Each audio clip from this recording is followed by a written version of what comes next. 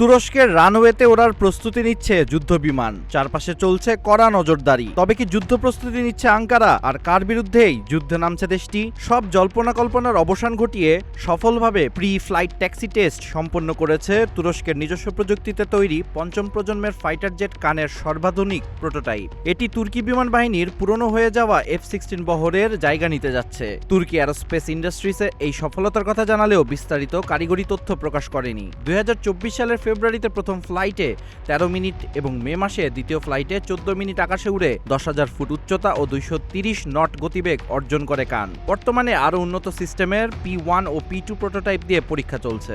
AI ও neural network প্রযুক্তির এই দুই ইঞ্জিন বিশিষ্ট ফাইটার জেটটি নিজের ভেতরে অস্ত্র লুকিয়ে রেখে দৃষ্টিসীমার বাইরে সুপারসনিক গতিতে হামলা চালাতে সক্ষম। 2028 সালের শেষের মধ্যেই প্রথম ব্যাচ বিমান সরবরাহের পরিকল্পনা করছে তুরস্ক এবং 2030-এর দশকে এতে দেশীয় ইঞ্জিন ব্যবহার করা হবে। প্রশ্ন এখন একটাই, যুদ্ধক্ষেত্রে কতটা কার্যকর হবে এই যুদ্ধ বিমান? তুরস্ক কি নতুন আকাশ শক্তিতে পরিণত করতে পারবে কান?